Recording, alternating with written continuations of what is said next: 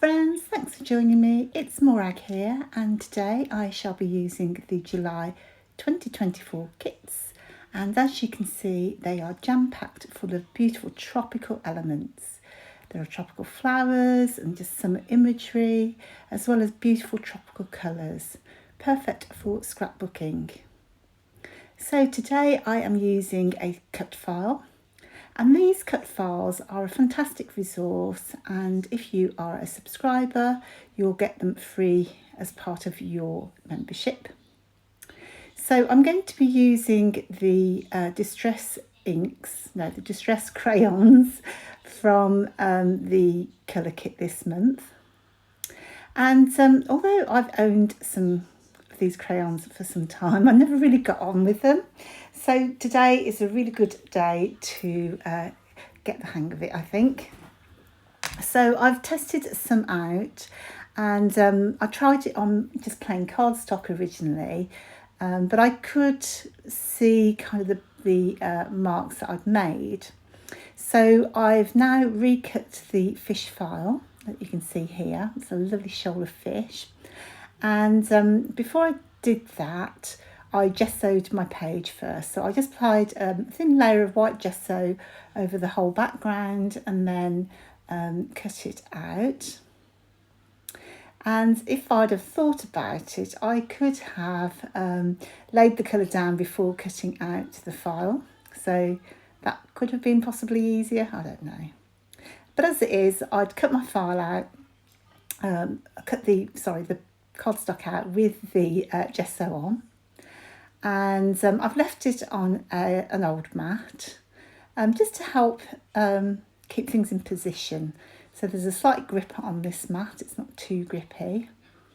I hate it when you change to a new cutting mat and they're so grippy, it takes ages and then you rip things. So I do keep some old ones around for kind of intricate files. So I'm starting off with the Peacock Feathers crayon. And I've just lightly scribbled over some of the fish, and I'm just using plain water and a nice large round brush, and that would just spread the ink around, or the paint or crayon, whatever it is. I thought I'd try a different technique, and as you can see, I've tried scribbling onto my messy mat and then diluting it on the mat and then painting with that, which is equally a good way of doing things.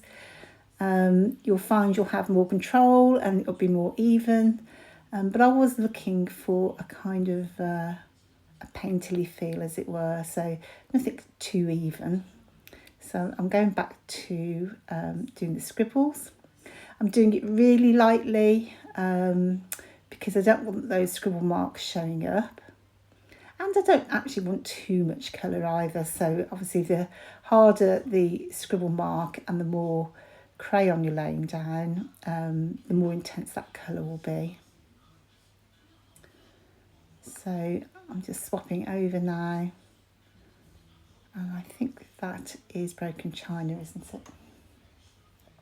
So I'm going to lay some bands of colour on my background. What I love about these crayons actually is you can control which fish would be coloured completely. So if I wanted kind of random colours, I could have some green fish, some pink fish, whatever, and I'd be in full control of that. Because I'm a little bit scared, I've just gone for a kind of swashes of colour, as it were. I think I'll be more brave on my next one.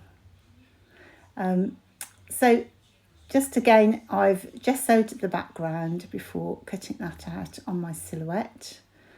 But I've kept it on the mat just to make it easier for me to keep the fish in place, because it is a very intricate file. So I'm swapping to Twisted Citron now, and again just using plain water to kind of move that colour about. This is a great way to try your mixed media techniques and hone those down. As I say, actually at the end of the page, I really love the result. Now, interestingly, I did use a brayer to apply the gesso to my background. I just wanted a plain, the complete page being gessoed. What I found is my gesso is really old and a bit thick. So as I'm crayoning on the page, there is a slight texture to some of it, and I think this is caused by the gesso being thicker in some places, or you can see the brayer strokes. So it wasn't very even. I'd normally use a thick white card, but my silhouette would really struggle to cut that out. So I've opted for basil marshmallow in this case. So I'm nearly at the end. So that's those two on the right there. They came out a bit pale and those are a bit patchy. And I'm thinking it's to do with the gesso, how much gesso I have on there. So the good thing about distress crayons is I do know that you can go back over them, you can mix the colours, and because I've gone for tonal colours, I would be quite happy to go back over and mix colours onto each of the fish, because none of these have got any red in them, so I won't be making brown. So I'm going to set it aside to dry now, and I've actually used a second cut file this month as well. It's like buses, they come in threes. So there's a fantastic Hello Summer title, and I think this looks fantastic as a large title on your page. However, I do want it as a smaller title below my fish. And I absolutely adore this pattern paper. It was made for this layout, I think, because you've got those swirly blue, kind of almost wave-like pattern at the bottom. And it's ombre, so equally that is perfect, to go with the fish cut file. So I'll just mount. I've had 3 photos to use. I like smaller photos, and I'm trying to scrap a few more per page. But in the end, I just use 2 because I was in danger of covering up my lovely cut file. So I definitely had gone to all this effort, and I didn't want to cover it all up. I love that. I'm not sure what colour that blue is, but the blue pattern paper there, but that definitely goes with the background. I thought I'd dry up and speed up the process a little. I generally don't like to use a heat gun because things go curly. Oh, I'm just adding a bit more colour now, just to, as it's drying off, it's maybe getting a bit paler, so I just want to increase the colour here and there. But yeah, so it did go a little bit curly, to be honest, because of the heat gun. And then I actually make the most of that at the final end because I did want that dimension on there. So we had some shimmers, I think it was last month, in a nice blue, which will go perfectly with this. So I've just done a few splatters with the shimmers over the top. So as you can see, the cut file looks great, I think, and I will cover up quite a bit of it anyway. So just while I was putting that on the background, I decided that I needed some splatters onto my cardstock, or my pattern paper rather. So I'm just going to add some white. And because the top of the page is actually quite pale, I decided to go back in with the blue from Shimmers. Just a few splatters just to add something to that background. So once again, I've got to leave it all to dry, and that'll give me a good opportunity to pick out some embellishments. So if you are new to Hip Kit, there is a main kit with the 12 by 12 pattern papers and then a fantastic selection of embellishments. So it is a complete kit. But if you're an embellishment fiend, a bit like me, you may want some additional embellishments. And there is an optional embellishment kit that you can add on each month or as you choose. And subscribers, I think, get 15% off any additional kits they take. So that is definitely something worth doing. I decided I'm going to just outline some of these fish, and maybe where my colour has been a bit patchy, it'll allow me that opportunity just to even out some colour. And somewhere I mixed it together and it went a bit crazy. I can fix those as well. So sticking it down was quite a challenge because it's quite kind of a floppy kind of file, because my cardstock's quite thin as well. It was kind of interesting trying to stick it down. So I stuck a few down at a time, and then as some of them weren't stuck down completely, I did like the way that they curled, so I did a little bit more of that. And I noticed I hadn't poked out the eyes of the fish, which I was going to leave in. And then I think, oh, I actually prefer them without. So I did poke a few extra eyes out, as it were. So although it took a little time to colour the cut file, the rest of the layout came together so quickly. In fact, I think it might be one of the fastest layouts I'll have done in the last few months. Just because it was mostly done for me, wasn't it, with the cut file, or cut files I should say. And I'm trying to be a little bit more assertive and not procrastinate quite as long. Oh, I must tell you about those beautiful leaves that you can see and that hibiscus flower. They're made from vellum. Oh, and one of my favourite things when we get the vellum leaves and flowers, because they're really light and gorgeous on your page.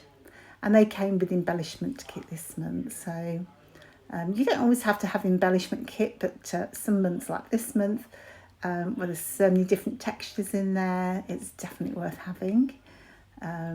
It's a little treat, and I feel like we all need a little treat in our lives, don't we? So I'm just adding some of the puffy stickers, also from the embellishment kit. Oh, incidentally, in the main kit this month, there was a sticker book which had lots of elements in there, as well as die cuts. So truthfully, the main kit did have lots to choose from. It's difficult to add a bit of everything on a page when you've got such a big cut file involved. So, but I love how this has turned out. In fact, the page is for a friend. It's my friend's grandson, and I hope she likes it. I should be sad to let it go in a way. I just like some journal phrases, which I found in the Pocket Life kit. So I'll just chop those up.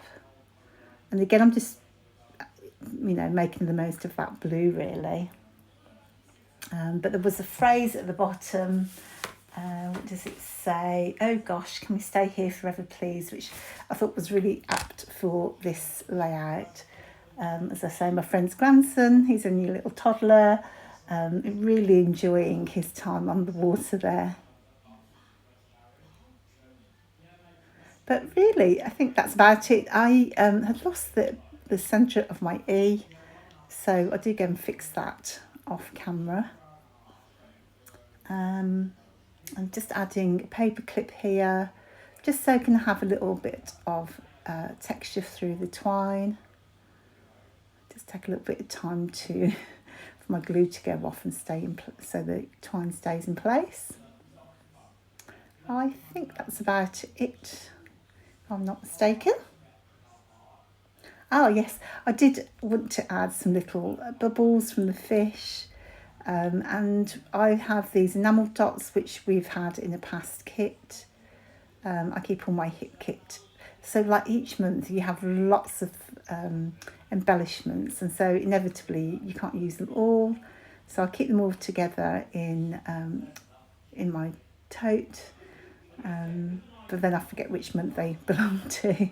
But I've just selected a few of the tiny enamel dots to use, and just, I don't know, add a little bit of extra interest. And that about wraps everything up.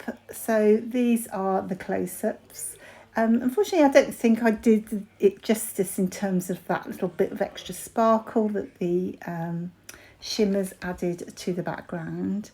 But I love the texture of the fish, and the way that they curl slightly and have a little dimension. It's just super cute, which is really what I needed for these super cute photos. I love that vellum there and the cut files. So if you're a subscriber, do go and check out all the cut files in the library. And if you're not a subscriber, head over to the club page, and you'll find all the latest information about the kits and how to subscribe. So thanks so much for joining me, and I hope I'll see you next time. Take care now. Bye.